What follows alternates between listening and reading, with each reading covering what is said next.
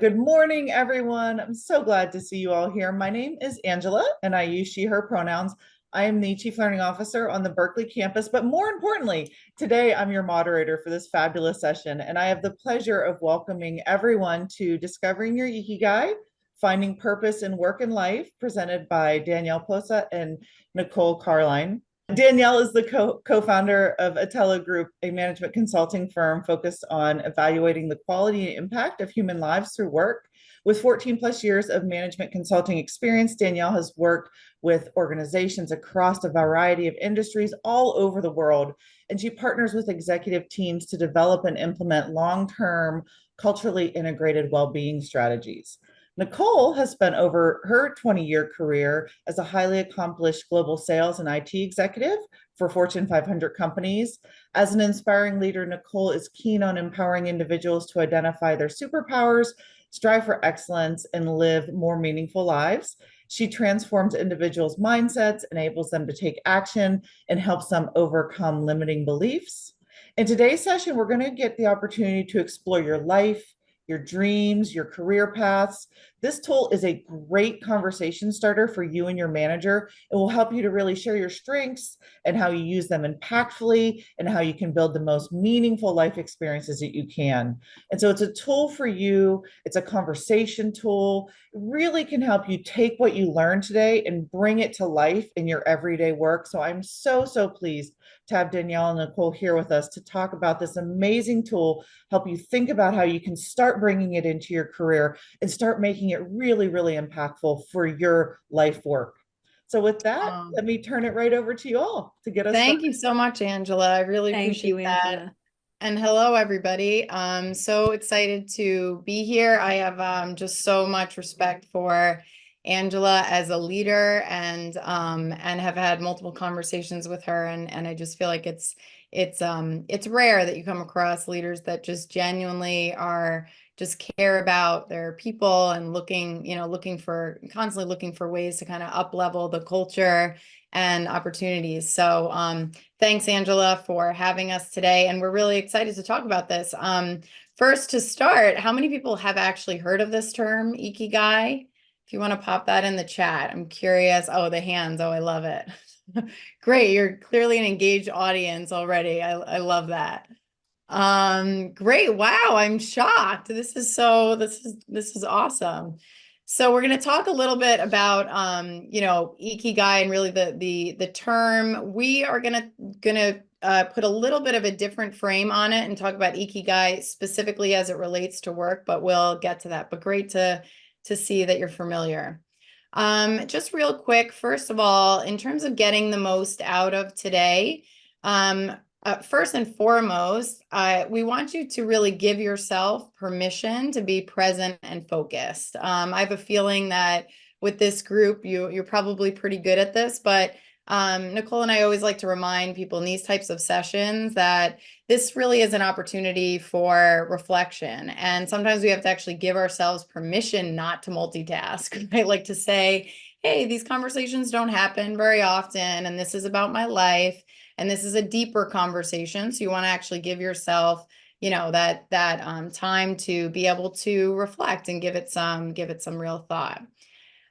Please do help create a supportive and safe space. We do want people to feel comfortable sharing and even sharing vocally, not just on the chat. So for those of you who know you're the brave souls willing to come, and speak in public across, a large group, we really encourage that. It makes a big difference in these sessions. So most importantly, share authentically, share what's true for you. I think Angela does do a great job of just creating that safe space, and that even though this is within kind of UC Berkeley, at the same time, this is really a conversation about your life. But, I should say the UC system and beyond, right? So just share authentically and be bold. Might be a little scary to share, but it always makes a really big difference when you do. And if you agree to these terms, then if you fill out our form that we will pop in the chat, we'll have a raffle to win one of our purpose books. So we have a long list of purpose books. Ikigai is one of them, but for the person who wins the raffle and who kind of stays engaged, to the end, we will reach out to you and you will get to select a book to choose and we will ship it right to you. So it'll just make it a little fun, fun just to engage. So Nicole and I wanted to start by just sharing our story. We have a pretty cool purpose story of our own, as I would we love talking about this, how we came together. As Angela said, I've been in the space of well-being for a long time. I'm actually a cancer survivor. I've always been obsessed with all things well-being, all things that contribute to a quality life. And Nicole as well, which she'll share. We were always on these kind of parallel paths of being, self-development junkies to an extent, but then I also was obsessed with the science and the research, which we'll get into, and that's what led me to like my career at Gallup and all of that. But to start where Nicole and I, how we know each other is that we're actually second cousins. So this is a picture of my grandma Faustina on the left and Nicole's grandpa Mario. And if you couldn't already tell, we're from an Italian family, and we would see each other at really big family gatherings because we were in these two different lines of the family. We weren't always at, spending a ton of time together, but every time our whole, our Italian family would come together, we would see each other. And then from there, we kept in touch as we were growing up, but it wasn't until Nicole's brother actually attended a workshop that I did with Deepak Chopra, and we were leading a course called Workplace Wellbeing and the Soul of Leadership, and Michael was in that session. And he reached out to Nicole, and Nicole, I'll let you kind of take it from there. Sure. Yeah. Thanks, Danielle. Yeah. So my brother actually attended Danielle's session, and my brother also knew that I was in a place at a time in my life where I was really frustrated in my career. It was going on for at least 5 years. So as Angela shared, my background, spent a lot of time in corporate and large global roles. And there got to be this point in my life where the work that I was doing was not fulfilling, or I really wasn't understanding the purpose of the work that I was doing. I was having a hard time tying the meaning of it. And so it led me to a lot of frustration, a lot of questions. It led me to, challenges with my confidence and wondering if I really was in the right place doing the right things.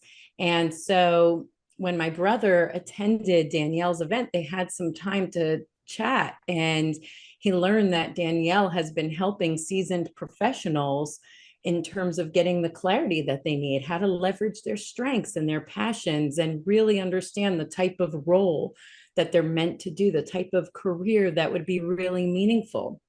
Whether you do that role and you find it within your own organization, or maybe you are meant and led to another path, and whatever that might be. So when I heard that, I said, sign me up. I need to become a client of Danielle's. And that's what happened here. Yeah, and I can say that, as we worked together, it was becoming more and more clear that that we were just so aligned in our philosophies. And as I was working with Nicole on what her purpose was, it was funny that it ended up being that her purpose was to then come and work with me. So it definitely worked out to my benefit for sure. But now I can say, we were just so lucky to to say that we live and breathe this work, that what we do is truly our Ikigai and our purpose, and the fact that we get to do it as family members, and then our family actually gets involved in what we're doing. They show up to our events all the time. And so we do feel really proud that we can lead a session like this to you all and feel like that we are actually truly practicing what we preach. So the philosophy behind all of our work is that work and workplaces are really vehicles for transforming people's lives, right? Because the work that we do is so important to our well-being and to who we are. And the work environment that we do that work in, you know, has such an impact on our well-being. Sometimes it's positive, sometimes it's negative, right? But so if we can make a difference through people's work, we know that that's the best place to make a difference. So there's this quote that we love, and we use it in all of our presentations, by Martha Graham. Do a hand raise if you've heard this before. There is a vitality, a life force, a quickening that is translated through you into action. And there is only one of you in all of time. This expression is unique, and if you block it, it will never exist through any other medium and be lost. The world will not have it. It's not your business to determine how good it is, nor how it compares with other expressions. It's your business to keep it yours clearly and directly, and to keep the channel open. And we love this quote because, you know, sometimes in this world of, oh, finding your purpose, and it's so important to, like, we think it's all about us in a sense, like, oh, I just need to figure this out because it's going to make me happy. It's going to fill me up. But what I love about this quote is it flips it around a little bit to say that, you know, we all have something so unique. And when that's not expressed to the world doesn't have it, right? Like there's this potential that is being locked up and not let out. So, you know, there's just, you know, when you really think of it from that perspective of, hey, there is something unique about who I am, what my life has been about, what my passions are, my unique strengths. And every single person has that uniqueness. And if we unleash all of that to the world changes really fast.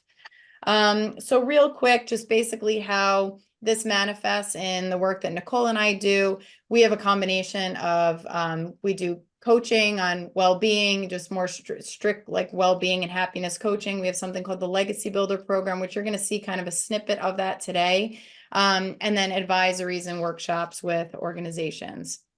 So today we're going to make sure that you gain an understanding of Ikigai, how it's connected to the history of the blue zones. How many of you have heard of the blue zones? I assume if a lot of you heard of Ikigai, that also means you've heard of the blue zones. Yes? Such an enlightened group. That's great. Okay, and then we'll learn what it means to live a life with purpose, focusing on our passion, strengths, and the difference that we want to make. Wow, the hands are still coming in. I love it. Crafting what we call your legacy builder Ikigai. So like I said, this will be a little bit of the spin of our spin on Ikigai. And that's it. So the world's blue zones. So for those of you who don't know the blue zones, this is something that's got a lot of buzz. There's I think 4 or 5 books on the blue zones now. So so a man named Dan Buettner went out, you know, around the world to study the pockets of the world where people were living the longest. And more specifically, they looked at which places around the world had the largest number of centenarians. And there were 7 of them, and they're called these, and he called them these blue zones. He was picked up by National Geographic. Now there's a like a Netflix series on everything. It became this phenomenon. So there are 7. One is in like Icaria, Greece. Another one's Sardinia, Italy. Anybody been to any of the blue zones? Curious, Sardinia. There's actually one in Southern California. That'd be cool to see if anyone. Oh, Sardinia. I've been there as well. Loma Linda, California. Oh, thank you. Is You're considered on a blue zone. Yeah. You And looked it up real Okinawa, quick. Japan. Yeah. Yes, and of course Okinawa. And Costa Rica. Yes, and Costa Rica. And Costa Rica, it's not just so it's not the country of Costa Rica. It's particularly these specific areas, you know, within which is very important. And what's interesting is that what contributes to the longevity are different things in each one of these blue zones. So we are going to be focusing on Okinawa. So Ikigai was one of the reasons why they felt people in Okinawa, Japan lived the longest. It's pronounced Ikigai. Reason, it means a reason for being or living. Those who follow the concept of Ikigai undertake the activities of their life with willingness and a satisfying sense of meaning. Now, Nicole and I are real sticklers for the science and research behind this stuff. There's a lot of buzz on Ikigai that's actually been it's a little false in the fact that it was kind of glorified in the mainstream media as being synonymous with purpose. But in Okinawa, Japan, what they found is that what they believe to contribute to longevity is the fact that people truly have this ability to be present, to find this sense of joy and meaning in gardening or in these social circles that they've cultivated in their communities. So there's this real feeling of, being present with your life and having this gratitude for your life and being able to really be in it and reap the joy, or that kind of reap the meaning and the purpose from even the smallest of activities.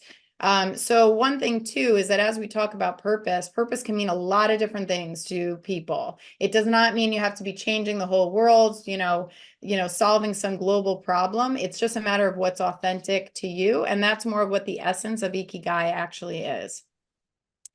So we're putting this lens on, so we're saying, Ikigai, if your Ikigai is a reason for being, that we're putting the emphasis on work, like what's really your reason for working, right? And that's what a lot of, I know today's conference is about, and that's why we're focusing on that today. So why work? Any thoughts on why your work is the single biggest driver of your well-being or the biggest influencer of your well-being? Anybody want to come off mute to share?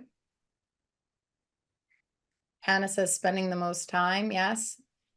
Anybody want to share? Oh, I hear somebody. Sorry, I can't necessarily see everybody's faces. So Hi, I can add in. I think we prescribe a lot of meaning to identity within our work because we spend so much time with it, and kind of in our capitalistic society, our meaning of who we are is very wrapped up in what we do. Yes, absolutely. Thank you. Who was that? Because I'm still scrolling. I'm trying to find you. That was Autumn Hayes. Thanks. Autumn, there you are. I found you. Okay, thanks. That you're absolutely right. So there's a few factors. I know somebody said time in the chat. We spend so much time at work and provides us with the ability to explore other elements of our life. Absolutely.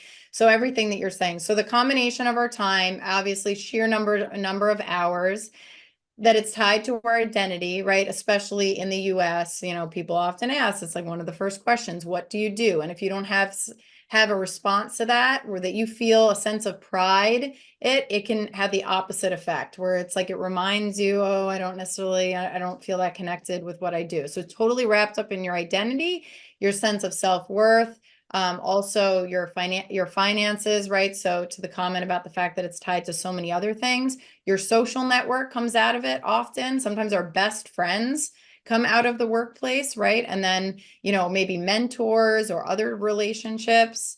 And it has a huge impact on the other 4 elements of well-being. So there's 5 elements. We're not going to get into all of them, but according to the research, Gallup's original research, it's your career well-being, social, financial, physical, and community. And they're all interdependent. And so work quite, just impacts everything. We know that when we come home from work, if we had a great day, our family will feel it. If we didn't, they'll feel that as well. So that's part of the reason why we focus this conversation on work. So there's a few key elements for thriving at work: enjoying the nature of the work that you do. Having a great relationship with your boss is so important. To be able to use their strengths, which we'll get into today. Having opportunities to learn and grow, like you're having all day today, and having a sense of purpose. And those are kind of some of the top factors. There are more, but those are some of the most important. I'm not going to address the slide just for time, but you guys all have the slides, so you can geek out on the data later if you like. But in short, despite the fact that work is so important, we're actually at the lowest level in more than a decade in terms of employee engagement in this country. Okay, so what's on the screen right now is actually what you'll find online of what Ikigai is, and it's the part that actually, they say is not totally aligned with what the authentic Ikigai is. Our version of it is this. It's a little bit more simple and hopefully just as powerful. So we're going to walk you through each one of these categories. But your legacy builder Ikigai is basically a map that combines the experiences of the distinctly unique life that you've lived, right? Your life story, the innate talents that you were born with, your unwavering passions, and Nicole is going to explain what we mean by these terms or why we call them that, and the difference that you were meant to make in the world or your purpose. So in essence, it's your work, Ikigai. Okay, so Nicole, over to you. She'll take us through the exercise, and then in a minute we'll also have a worksheet for you to pull up on your screen if you're able to. Excellent. Thank you, Danielle. So I'll cover with all of you the 4 components of your legacy builder Ikigai. And we'll go through first your life story, right? Danielle said it before. Everyone has a unique story. Everyone has unique experiences that have happened in their life, right? And it's really important when Danielle and I work with clients, this exercise about reflecting on your life and truly thinking about your autobiography, right? Really writing down and thinking back as long as you can. It does take time. So we know that in today's time, you're not going to be able to really have that deep self-reflection, but we want to help you get started. We want to share with you how you can start thinking about your overall life experiences. What we mean by that is, what are some things that have been really meaningful and impactful in your life, big or small, things that you love to do? What are some of the proudest accomplishments that you've had that you really feel so deeply proud of? What are some memories that you have that really stand out and that are true and important to you? In speaking of memories and thinking about Danielle and sharing our story, like family dinners were such a big memory, right, of my childhood and everyone coming together. And unfortunately, in some ways, like some of that had dripped away for a little bit, right? You kind of, with busy lives, you get away from that. So these are some of the things that you need to think about. And then important events, right? Important events or experiences that you've really had. And so, I think many of us take our life story for granted. And this is an opportunity to really think and reflect about what it is that's really unique to you. So we'll get into this a little bit more in just a moment. And I just want to add one thing, Nicole. It's just that we start with the life story out of the 4 categories. We always start with this one because especially the farther you are in your career, sometimes you have to, almost like remember, like before you even start to think about your passions or your talents, you have to go back in time a bit and remember some of the things that used to light you up as a kid, or who what you wanted to be as a kid, right? Or if you were somebody who was always doing Legos, right? Or puzzles or whatever. It's like, so part of why we always start with the life story is because it kind of gets the juices flowing and figuring out the rest of the categories. Definitely. Innate talents. So there's a difference between an innate talent and maybe a talent or skill that you've learned over time, right?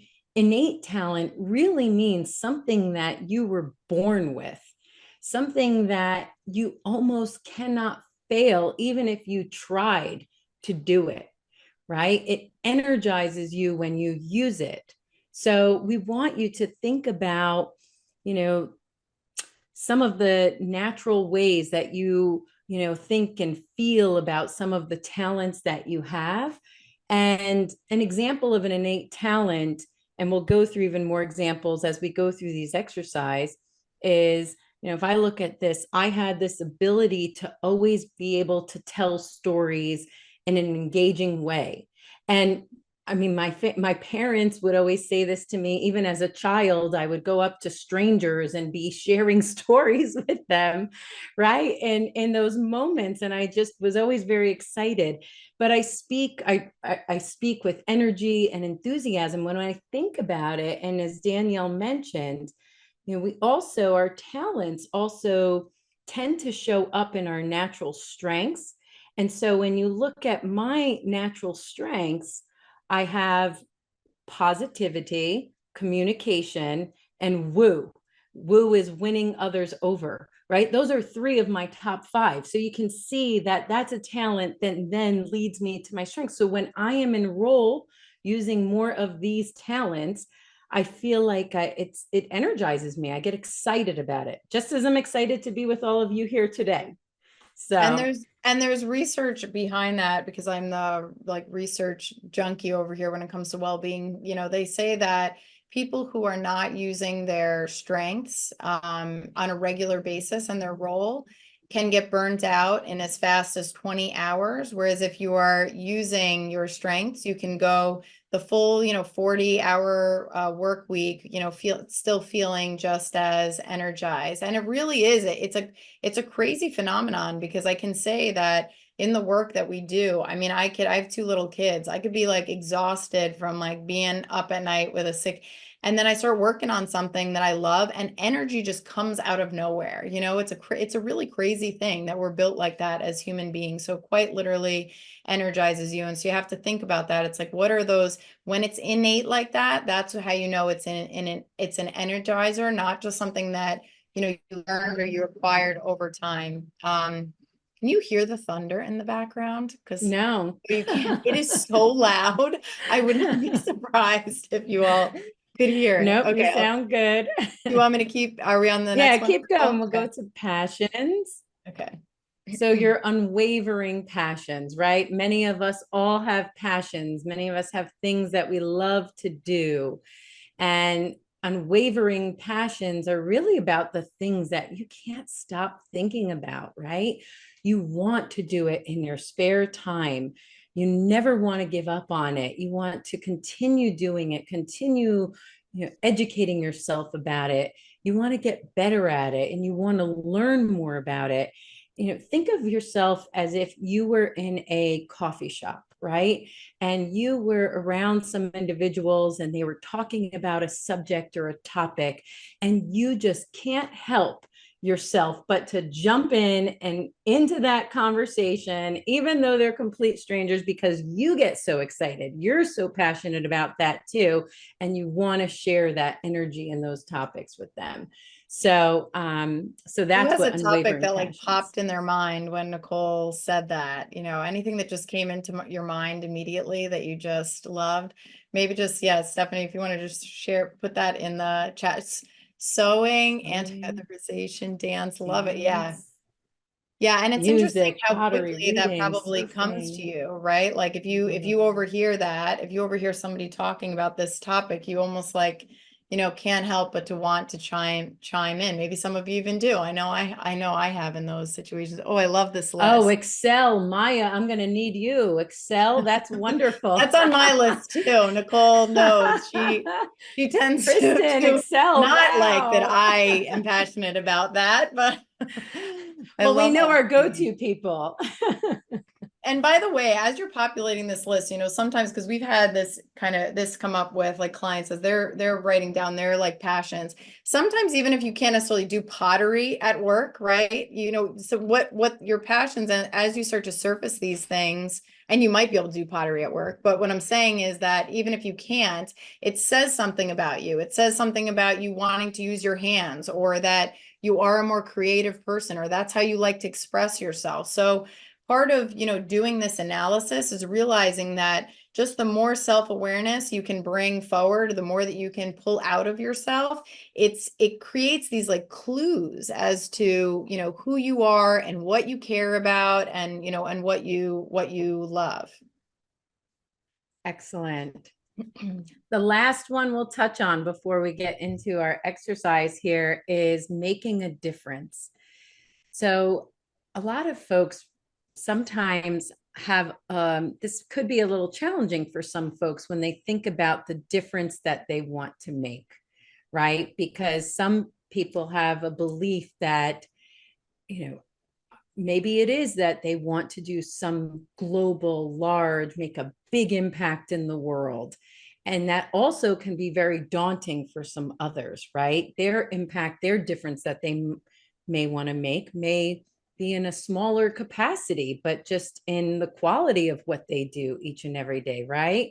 but we do like to help people think about different global problems, things that things that drive you, things that bother you that are happening in this world today, that you feel like you want to change, that you want to take some kind of action on.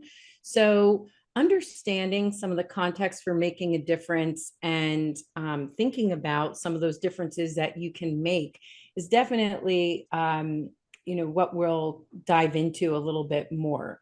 And just to even use some examples for that, I'll share some with you. Maybe you want to create more justice in the world. Maybe you want to help people manage their finances or make more money. Maybe you want to help improve the environment, help people develop their faith or spirituality. So there's so many different ways of how you can make a difference. And again, it also is, it doesn't matter what size. That is personal and unique to you.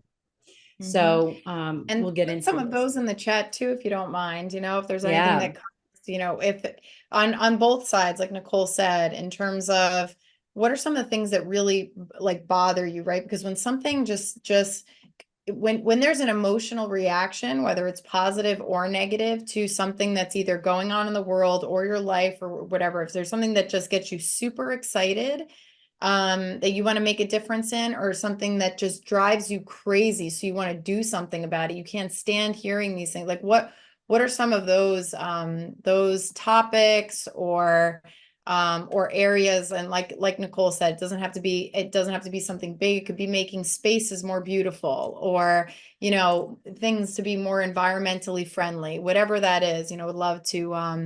Would love to see some of these. Oh, these are so. Yeah, we have some coming through here in the chat, which are wonderful. Absolutely. Mental health resources, homelessness, technology accessibility. I love it. Absolutely. All right, excellent. Everybody. We appreciate all of the comments and the engagement so far. Yes. So before we go into this and actually download the worksheet, we do have a poll that we'd like to hear from you. Again, I know we're hearing from you in the chat, and thank you all so much for all of your engagement here. It's really wonderful. But we do have a poll now that we've covered more around your unique life story, your talents, your passions, and the difference that you want to make. We'd love to hear from you about, if you feel that you're able to use your natural talents almost every day. Am I passionate about the work that I do? So this will remain anonymous. Please, be honest, be transparent, and you can answer the poll here. There's 4 questions. I love all these responses I know, amazing. We have to find a way to extract this, save this chat, Angela. These are so we great. Should have the chat, right, Angela? I think usually that's recorded in Zoom. Yeah. Okay, great. Is that complete?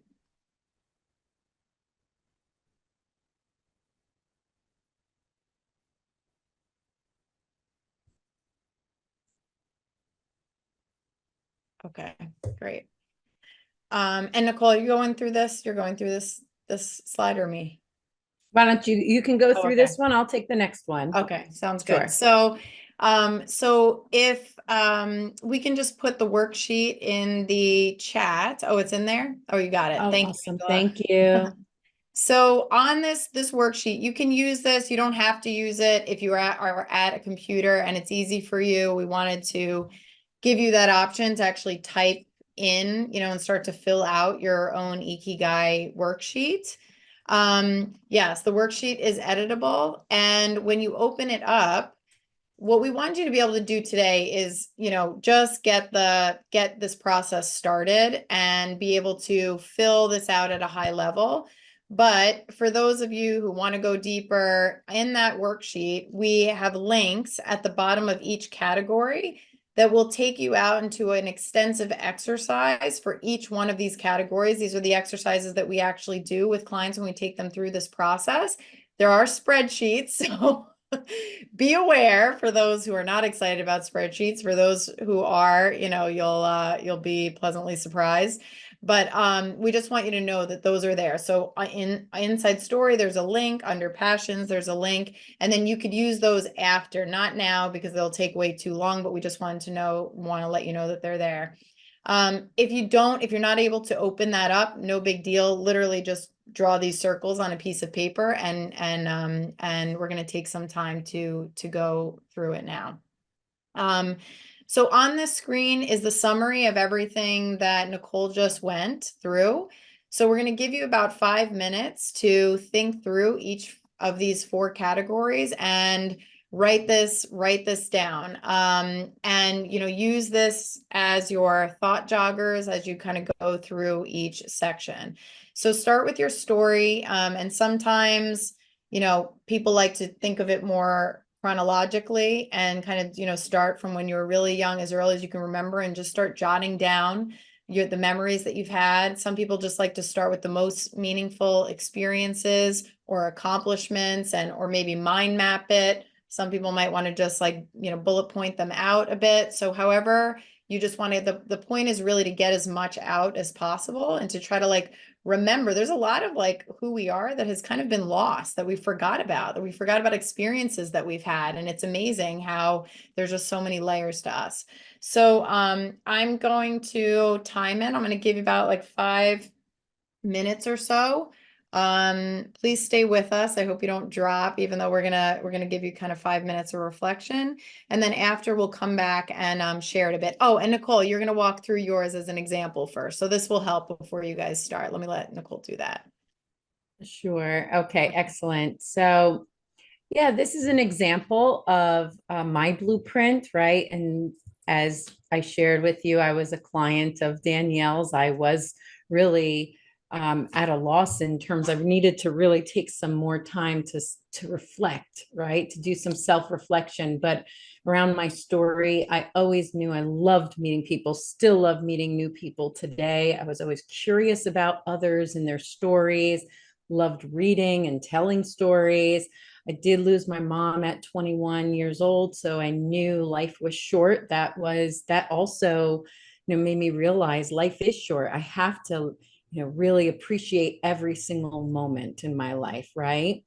I also talk about some places like shorelines and beaches is what I really, truly remember, love the time that was spent there. In terms of passions, losing my mom at such an early age, that also really fueled my why, my purpose to really focus on health, preventative health, fitness, and really take care of, my physical health, mental health.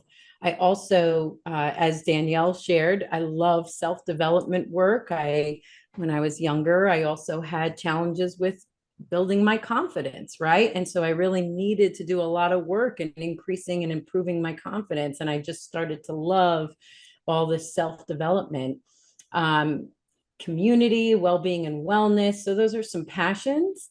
In terms of talents, communication, storytelling, exciting others, encouraging others. I've always been someone that people feel like they could talk to, really share their deepest, darkest, needed to comfort and give compassion, right? And then I love also designing spaces too. I heard someone say that in the chat.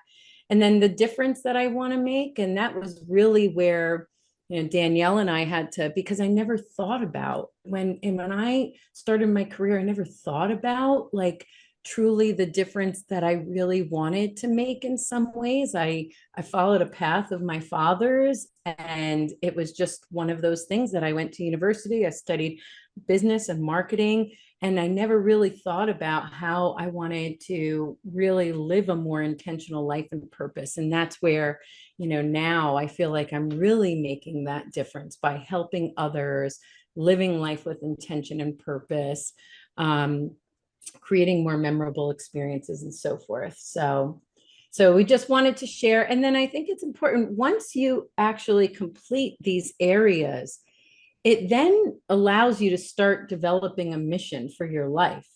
And I'm not sure if any of you have developed a mission for your life before, but it really can very much be your guide to how you live your life and how you want to leave your legacy. So my reason for being is through my own experiences of loss and corporate accomplishments. My mission is to empower others to realize their fullest potential, encouraging a life of authenticity and resulting in enhanced well-being. And what I mean by that is I felt for a long period in time, I wasn't living a life that was true to myself. Right? I was living a life of what so many others expected of me. And so I could truly say that I absolutely want to help people in living a more authentic life. And so that's my mission. And now we're really excited as hopefully you're filling out yours here. Hopefully this helps you, and we can't wait to hear some of you share. Yeah, and I'll say that like Nicole literally does do that on a daily basis now. And if you look at that that's like the Ikigai statement there at the end, but it's a combination of all of the categories. So in that statement, you can see how, she realized that there's certain that after going through the story and you analyze the trends of your stories and some themes in your story, that to pull on some of those experiences to say, hey, I can use that to now have a different level of empathy or understanding for others, right? Like that's the purpose, the role of your story is that it does find its way into the future in terms of what your purpose is. So that is the synthesis of all of it. Again, this takes time and work to kind of then synthesize this and get it to that point, but that's also why we gave you that worksheet. So don't expect that you should have all of this kind of figured out after just a few minutes of thinking about it. Okay, I'm going to go back to this. So just to be clear, you download your worksheet, you fill out all 4 categories, and then come back prepared to share. If there's anybody willing to share some of what you wrote, we'd love to hear from you. So I'm going to set a timer here and give you about 5 minutes to reflect. And if anyone is having any challenges with the document, please do feel free to just share with us in the chat here. And if you have any questions, if there's any questions that come up as you start writing this or you feel stuck at all, feel free to write that in the chat and we can send feedback in real time.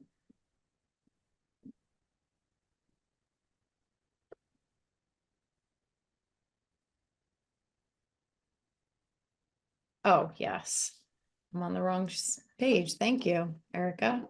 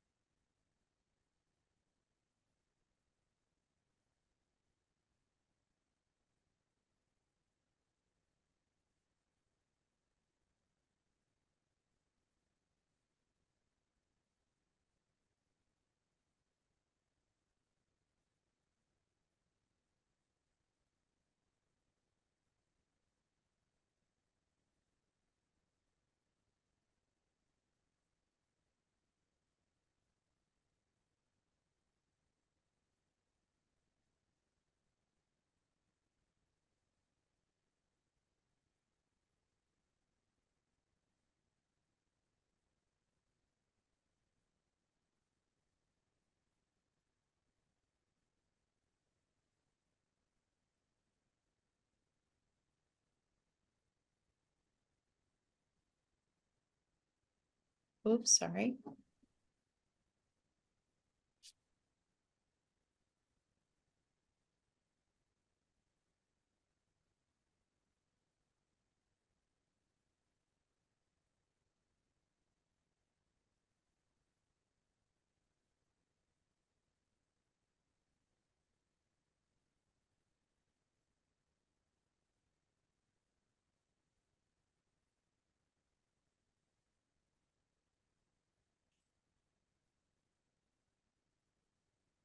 Oh, thanks, Kristen. If anybody gets through it quickly, you can click the links that we have in the circles, and then you can start some of the deeper exercise if you're either if you're stuck or if you're maybe getting through it quickly.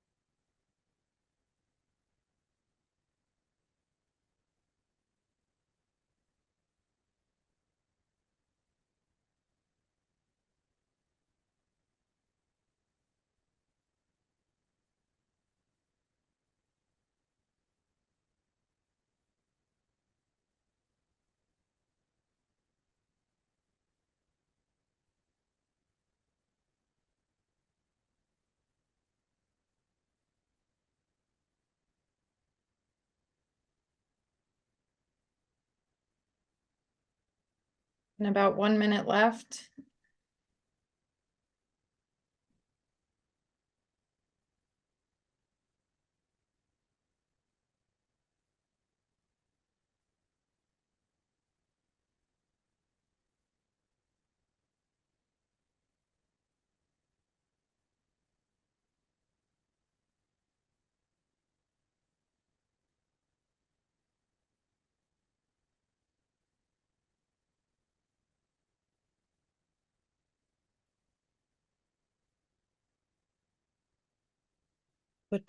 Okay, we had a question just about what we mean by the difference that you want to make. So that's what we were saying at the end, just so that there's all different ways that you can make a difference. And if you do click into that spreadsheet, one of the tabs has all these different ways to make a difference. And we do find that's one of the hardest ones for people to come up with on their own.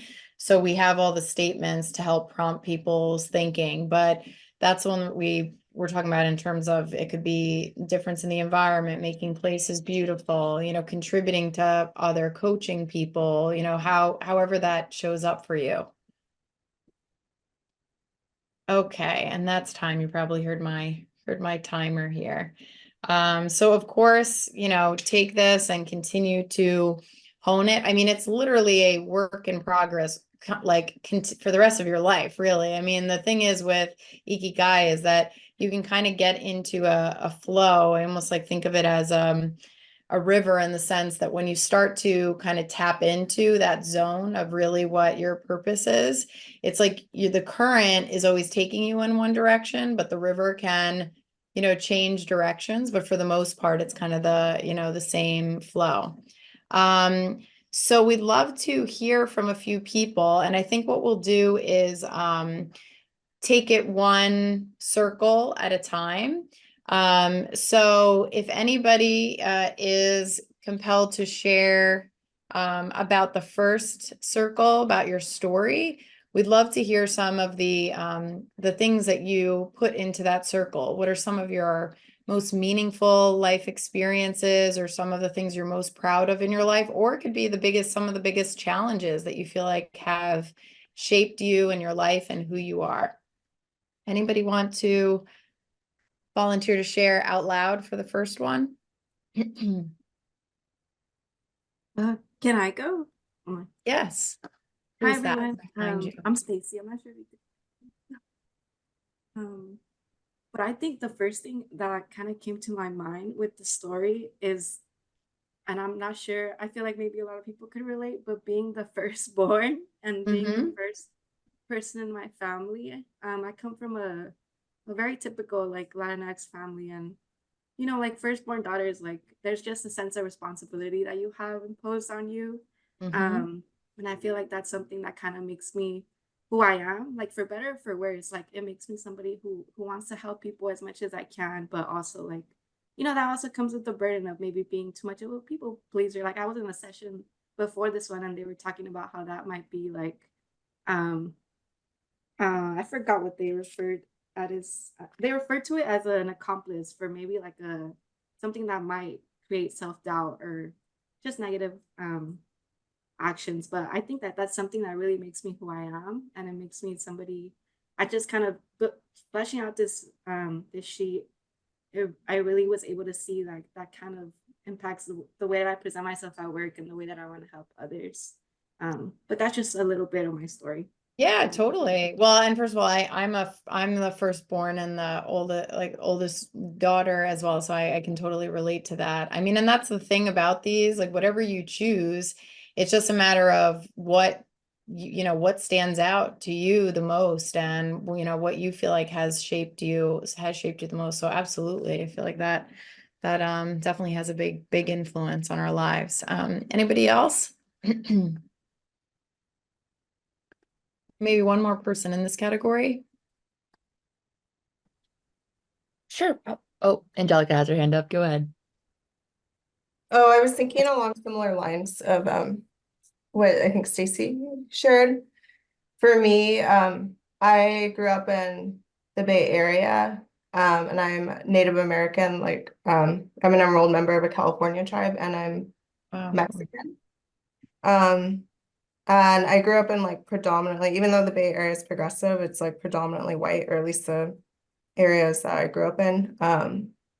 So I thought about how I felt alienated, like especially K through 12. And I think when I got to university, I started learning more about like our history and like oppression and things like that. And that's when I started becoming more empowered. But I think that's probably how I ended up in this work, because I wanted to, like working in higher ed, I wanted to make university like more, I wanted to help people feel like belonging in this space, predominantly white. So I didn't even expect that to come up, but it did. This workshop. Yeah, well, and that's awesome. That's a perfect example, because it's like, you know, the more you can actually have that come up, you know, probably in the work that you do and sharing that you have that, you know, you have that lived experience, you know, makes such a big difference. And probably, I mean, I don't want to speak for you, but it could probably like even energize you in your role and what you do to keep like remembering on that and sharing about that with other people. Okay, so we'll move on to the next category, which is and if anybody, like, even if you didn't share like, you know, out loud, if you want to type any of this in the chat as well, I love seeing all of the comments and everything come in. Okay, so moving on to the next category, the passions. Anybody want to share what they filled out in that category? So to just remind you too, as Nicole said, this is a matter of the unwavering passion. So it's like, it's really thinking about things that have always, you know, that really never go away. Like there's something about, it's not just that you're passionate about it this year or next year, that there's something that's just always there, that you've always been passionate about and probably won't ever go away. So who'd like to share with that one?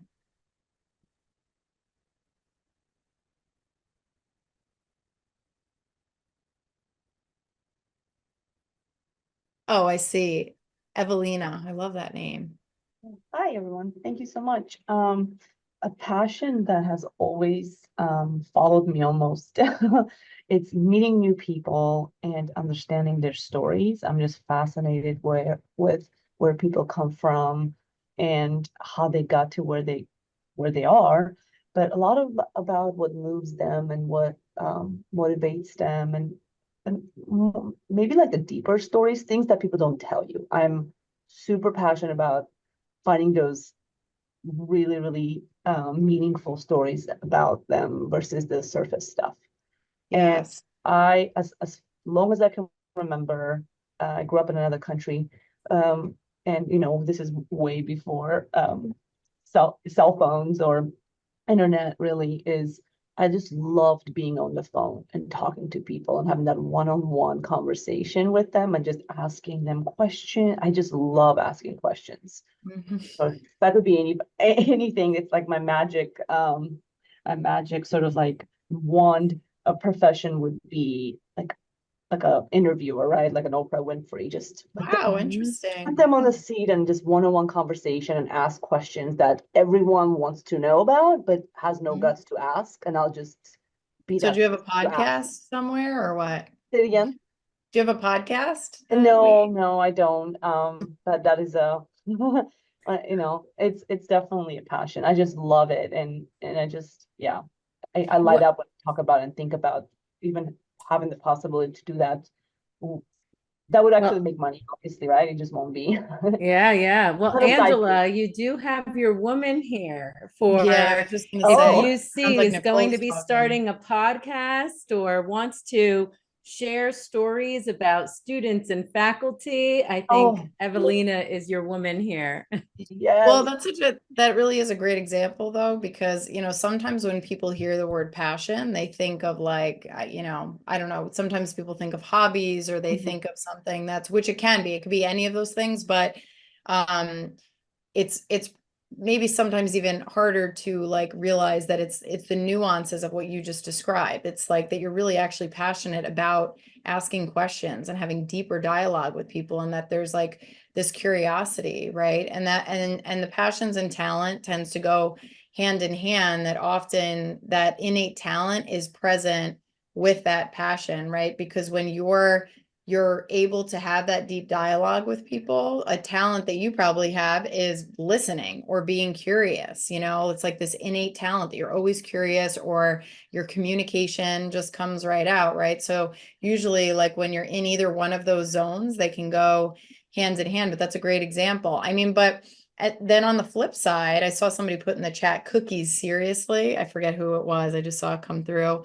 But it's funny, it's like we feel like we have to say seriously. I mean, I know, I don't know, has anyone ever had Sweet Lauren's cookies? Yeah. Yeah. Chat. Mhm. So I know Lauren from New York. She's like, I knew when she started her company, and she started baking cookies in her, home. She was a cancer survivor, right? She pulled on her story, her life story. And it doesn't have to be something as big as cancer, by the way, right? But she pulled on that to start this cookie. I mean, she is everywhere. I mean, she is an amazing business person, and her cookies are like all over everywhere, right? So it's like, it doesn't matter. Like, as long as when a passion is truly unwavering, there's like so much energy behind it. It can manifest into anything. That's why the most important thing is just distinguishing what it is, but it can take many forms. So thanks. What was it? Evangelina, or no, I didn't say that right. And now I lost your name in my Evelina, chat. sorry, but I think Evelina. Yes, hello. love that name. It's so great. Okay. Thank you so much. Yeah, that's awesome. But yeah, seriously, start a podcast. Sounds like you should. Okay, and then the talents. Let's move on to that category. So of your talents, and let me go back. I keep clicking to this the wrong screen here. There we go. So, who wants to share? What's an innate talent? Something that you were born with, that you cannot fail at, something that really energizes you when you use it. And also think about times when others have recognized Yes. talent or have called out specific talents that you have, right? Sometimes it's hard for us to be thinking of ourselves in that way. And we like to also think about how others have recognized specific talents that we have. Yeah, and often things will come to mind right away, like that people are always telling you you are X, and you're like, oh, that's just the way that I am, and you don't realize that that's a this amazing talent that you have. You might just see it as like a normal thing. And Andrea, did you want to say something? Yeah, hi. This is funny that you said that, because my talent that I put down is like, or one of them is like bringing the energy and like being able to engage with kind of whoever.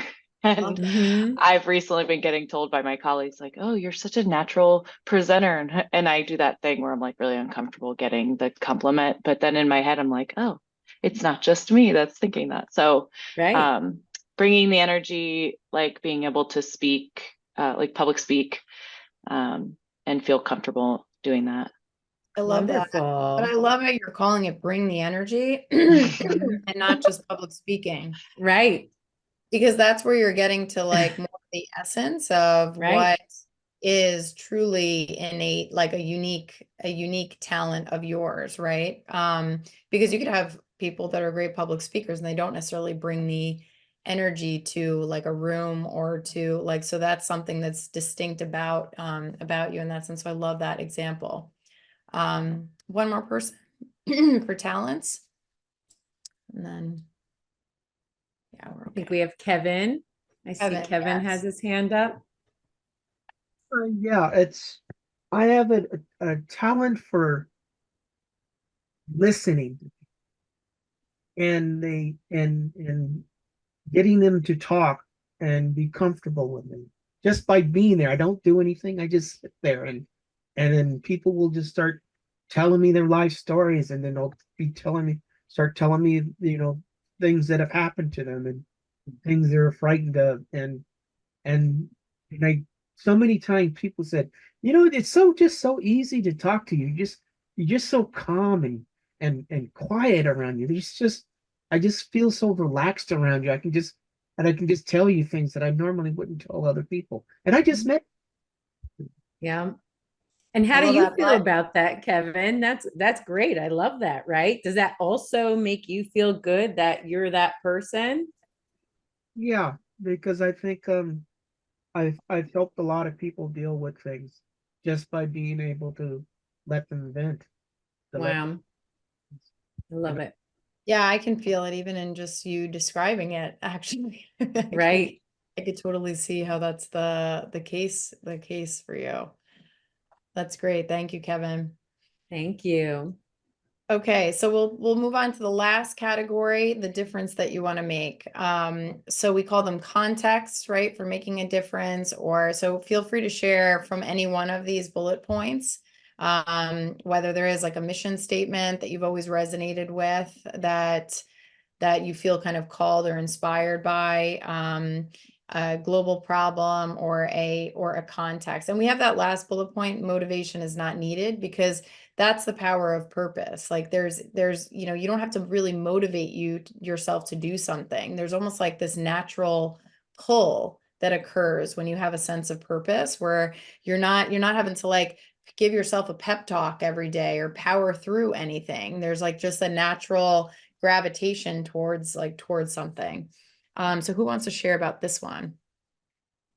The difference you want to make. And Danielle, we Yes. might just need to take one. I know we have just Yeah. a little less than 5 minutes here. Okay. Yes, I think we're okay. Okay, Michaela. Hi, Hi. everyone.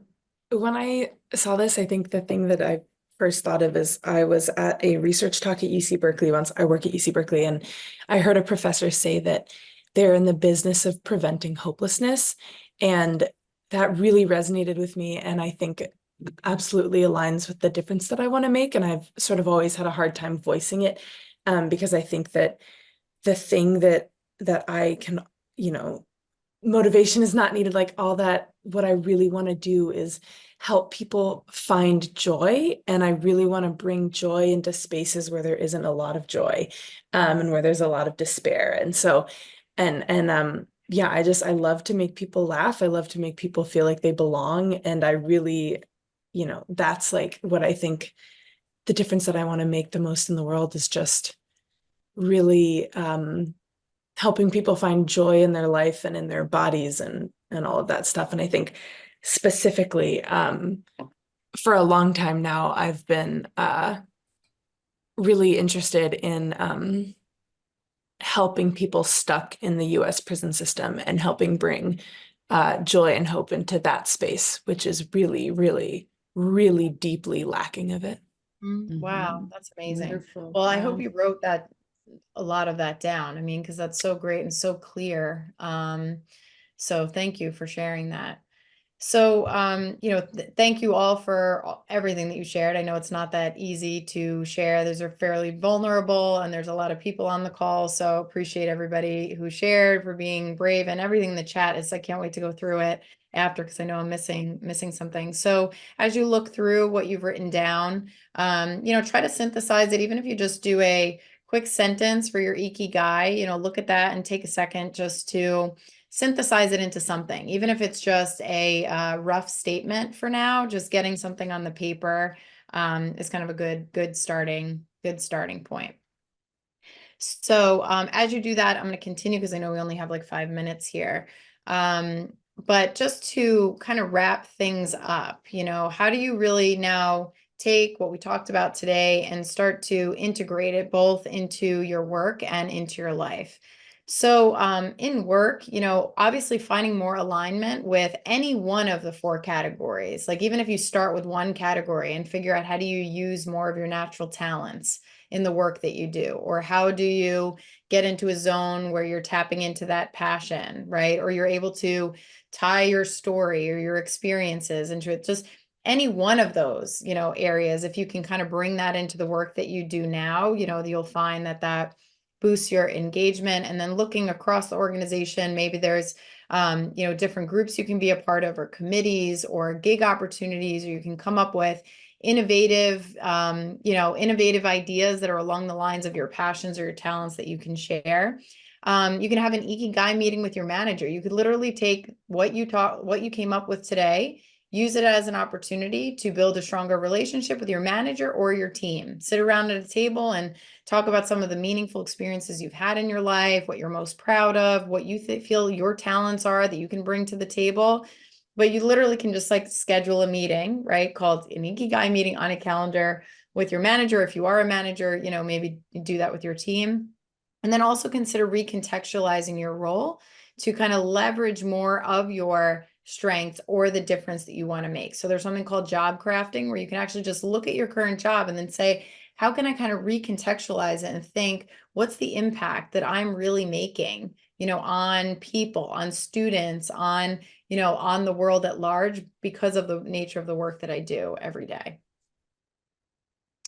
And then in terms of integrating Ikigai in your life, right? So this goes back to kind of being more present or finding joy and meaning in the daily, you know, just kind of in daily life. So establishing a meditation practice just helps you kind of settle down and be able to be more present moment to moment. Appreciating moments of joy, appreciating nature,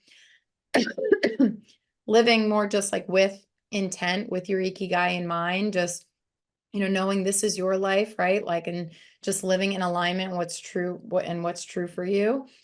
Taking time for soul searching through immersive experiences or retreats. And of course, working with, sorry, it must be the end of my presentation because my voice is just quitting. Or, you know, working with a coach so that you can align yourself more with everything that we talked about today.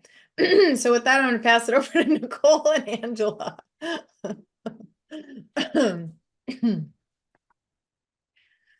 Well, I've been so busy here in the chat, Danielle. I've been seeing all the beautiful messages from everyone, and thank you so very much for having us join here today. We truly appreciate all of your engagement, coming here, being vulnerable, and also sharing so much about your story is really wonderful. Please stay connected with us. And thank you so much, Angela, for this opportunity. Thank you, Jen, for all of the technical help. We wouldn't have been able to do it without your team. And this was a wonderful experience. Thank you all so much for today. Well, thank you so much, Nicole, and thank you, Danielle, and thank you for everyone for being here. You know, Danielle and I met over a year ago, and we're immediately soulmates and soul sisters. And I am so thrilled that we were able to make this happen for this amazing community of UC staff, Danielle and Nicole. And thank you for introducing me to Nicole, who is now my new soul sister, where we're talking about this work and making sure that we are making that positive impact. I hope as you all reflect on what you've done today, and if there's something that is out of alignment, maybe you start thinking about it's time to have that alignment conversation with your manager. You know, really think about that. Think about if that is something that you can bring. And if you can't think of how to do that, reach out to a coach and start kind of modeling that conversation. What could that conversation look like? What could you do to bring this to your manager so you can start to bring this picture that you've created in alignment? You know, here at the UC, we have a wonderful tool called the UC Experience Conversations, and they can help you have those conversations with your manager. So I'm going to just say thank you so much. I'm going to stop our recording right now.